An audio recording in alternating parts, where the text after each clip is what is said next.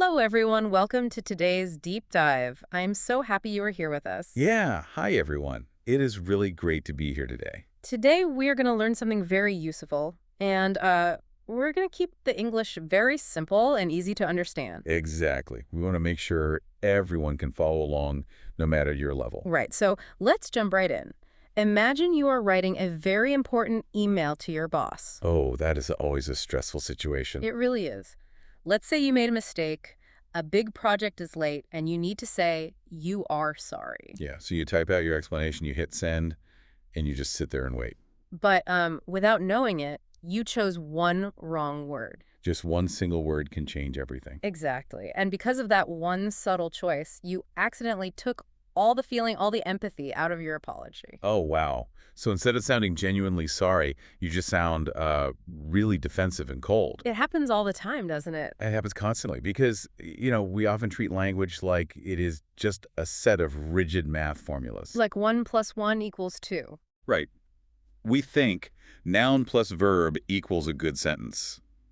We memorize the basic rules, and we just assume our feelings will perfectly translate to the reader. Okay, well, let's unpack this. Because today's deep dive is looking at the massive hidden difference between two words that people use every single day. Two very common words. Yes. The words are although and even though. They look so similar. They really do. And our goal for you, our listener, is to stop looking at these words as just boring grammar rules. Right, we want you to start feeling them as emotional choices. By the time we finish today, you won't just understand how to use these words. You will actually feel the weight of them. And that weight is everything. I mean, to someone just rushing through an email, although and even though seem identical. They sit in the exact same spot in a sentence. Yes, but they are absolutely not the same. Understanding the difference between them is basically a shortcut to becoming a much better, more caring communicator. I want to start with the basic rules just to see what these words actually do in a normal sentence. The mechanics of it. Yeah, we know they are conjunctions,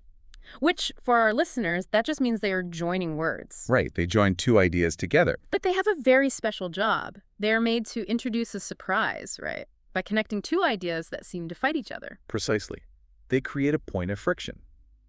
Think of a scenario where you are describing someone to a friend.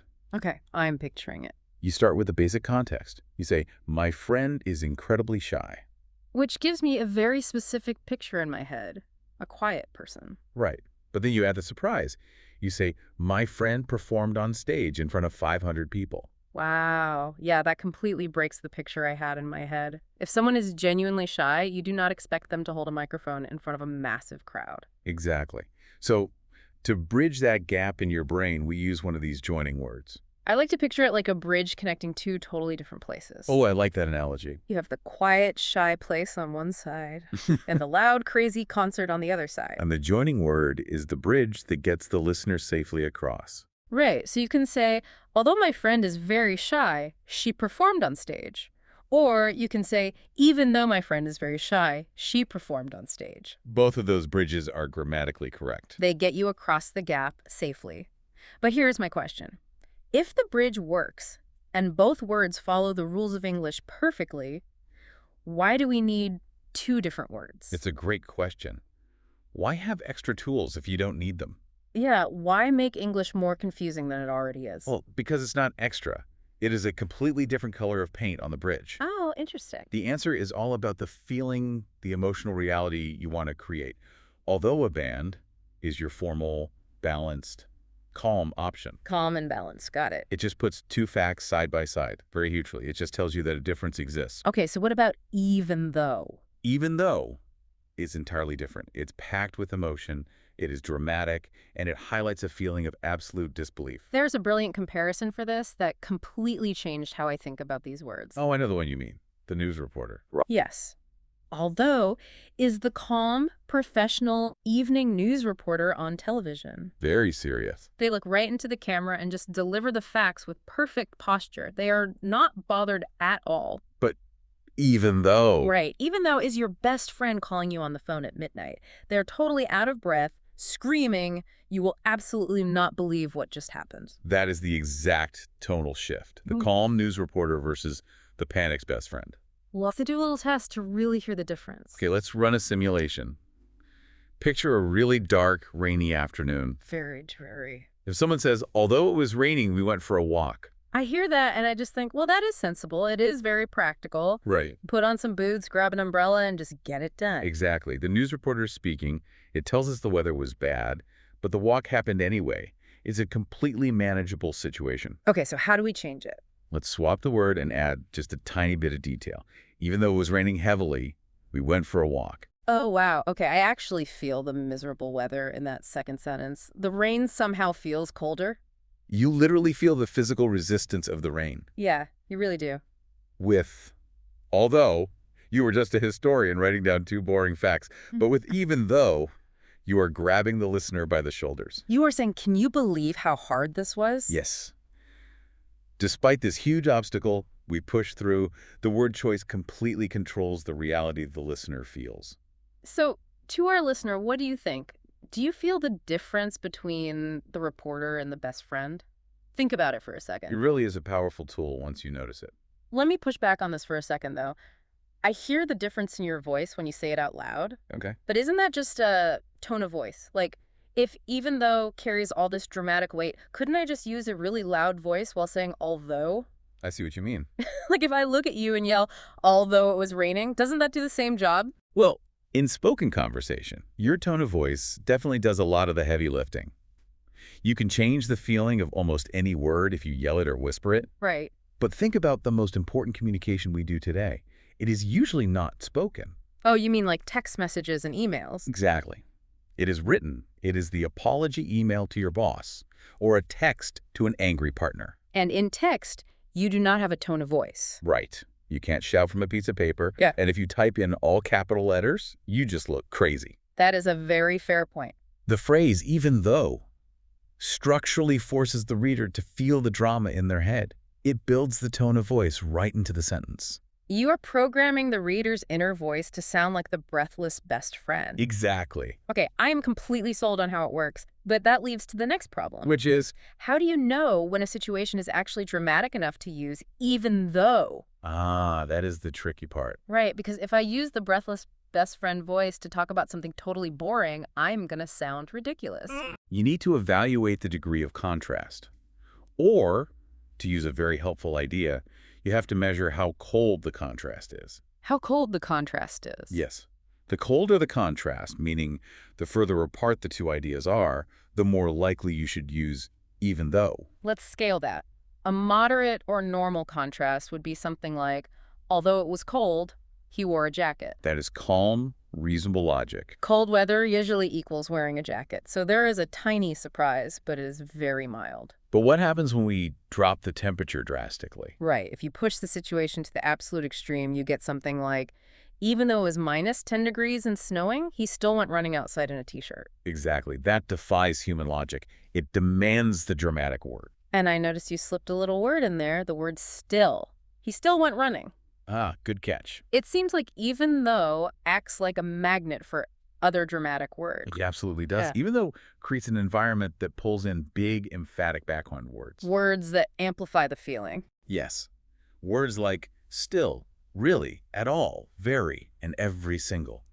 They lock together to build an inescapable drama. I see this all the time when people talk about being frustrated. Give me an example. If you say, although I studied, I didn't pass my test. You sound a bit sad, maybe disappointed. But if you inject those big amplifier words, even though I studied really hard, I still didn't pass. The frustration becomes so real, you feel the absolute injustice of the situation. Or think about an everyday annoyance. Like, although she doesn't like coffee, she drinks it every morning. That is purely informative, just giving a fact. But change the formula. Even though she doesn't like coffee at all, she drinks it every single morning. The addition of at all and every single completely transforms the sentence. It really does. It goes from a simple fact to a story of daily suffering. And speaking of suffering, there is a brilliant, relatable childhood memory that perfectly captures this feeling. Oh, I think I know where you were going with this.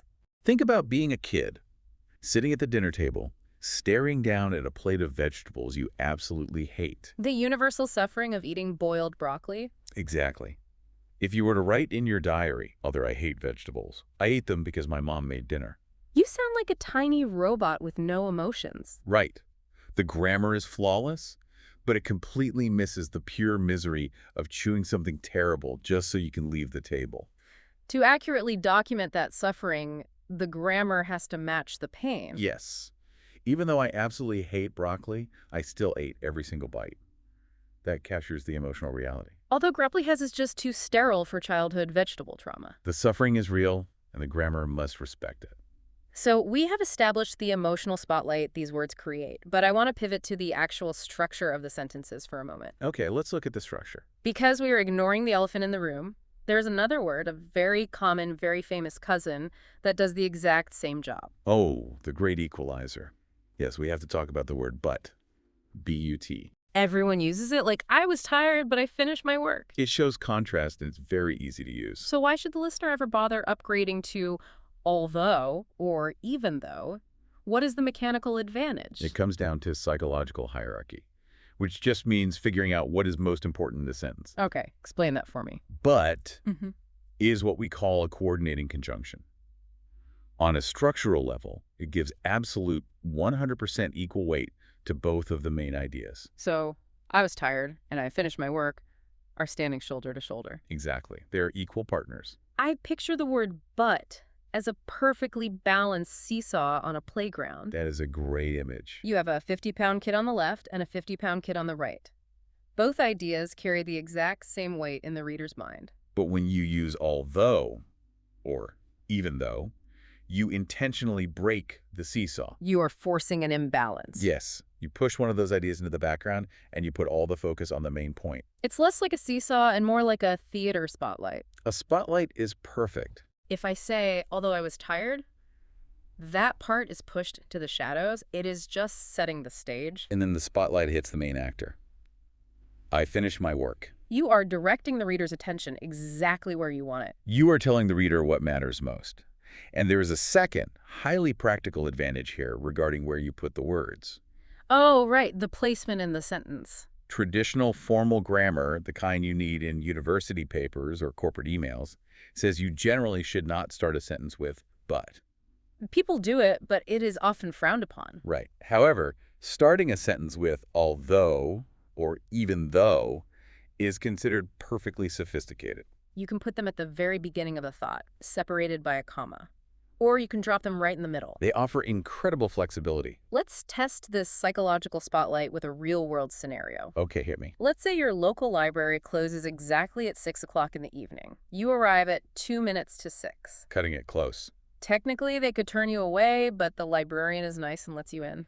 Okay, evaluating the contrast here. It is moderate. It is nice of them, but it is not earth-shattering. The news reporter voice is perfect here. Yes. Although the library was about to close, they let me in. The seesaw is broken. The focus is on the fact that you got in, but the tone is calm. It's gentle. But let's raise the emotional stakes dramatically. Imagine you have a massive, terrible shouting match with your absolute best friend. Oh, no. You say awful things to each other, but the next day is their birthday party. And despite all the anger, you decide to show up. Now, that is a massive emotional gap to cross. The pain of the argument is a huge obstacle. Right.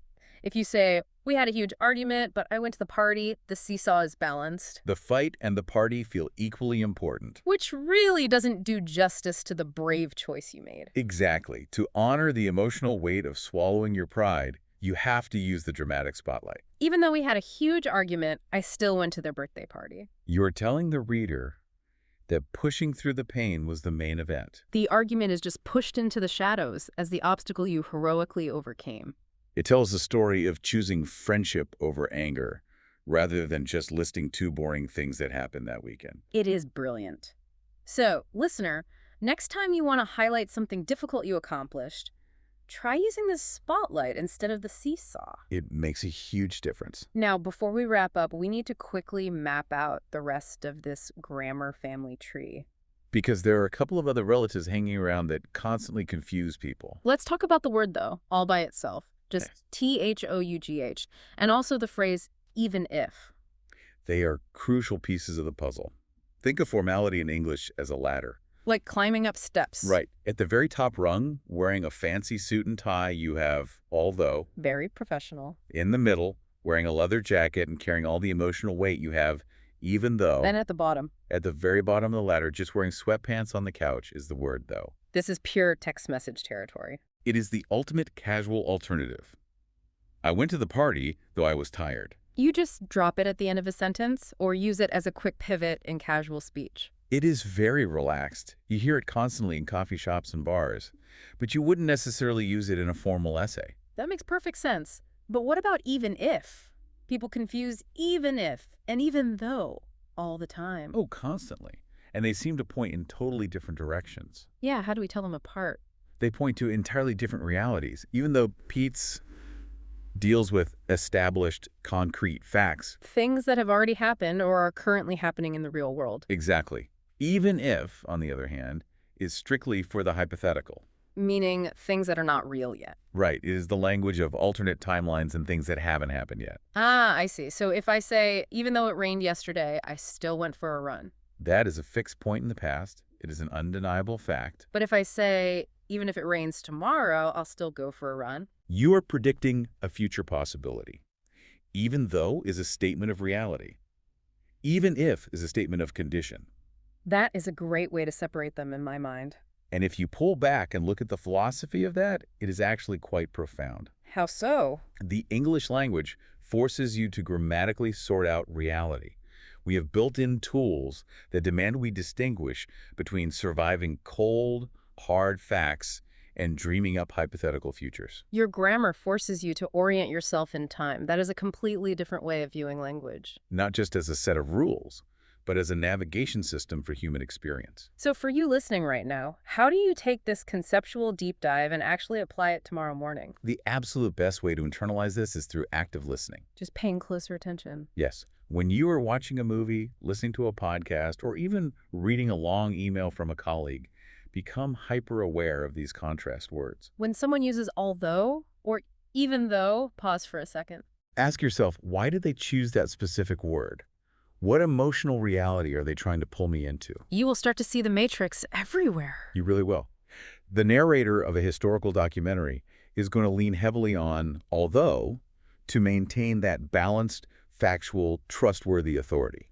But the lead character in a tense movie or a musician singing a sad song, They are going to hit you with even though to make you physically feel their struggle. you stop memorizing rules and you start recognizing a palette of choices. That is the ultimate goal. To quickly summarize our exploration today, you have the power to direct your listeners' empathy. Yes, although is your neutral, formal news reporter, perfect for moderate contrast to professional settings. Even though is your emphatic best friend, reserved for extreme temperatures, high stakes, and deep emotions. Often pulling in those amplifier words like still and really. Both are structurally superior to the word but when you want to break the seesaw and shine a spotlight entirely on your main point. And keep the family straight, though, is for your casual group chats. And even if is your time machine for hypothetical futures. Exactly. So I want to leave you with a final thought to chew on as you go about your day. A provocative thought. We have spent this time breaking down how the choice between although and even though requires a deep, innate understanding of human empathy. Right. You have to know what physical cold feels like or what childhood suffering feels like. Yes, to know when to upgrade from the calm news reporter to the breathless best friend.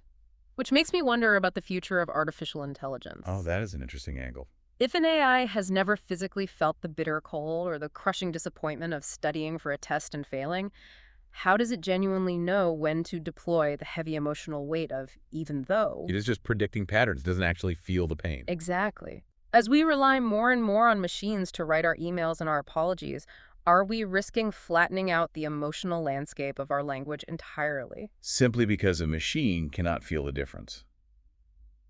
That is a fascinating and slightly terrifying question about the future of communication. It really makes you look at every automated email a little differently, doesn't it? It sure does. Well, thank you for joining us on this deep dive. Keep questioning the words you use, keep noticing the choices others make, and we will catch you on the next one.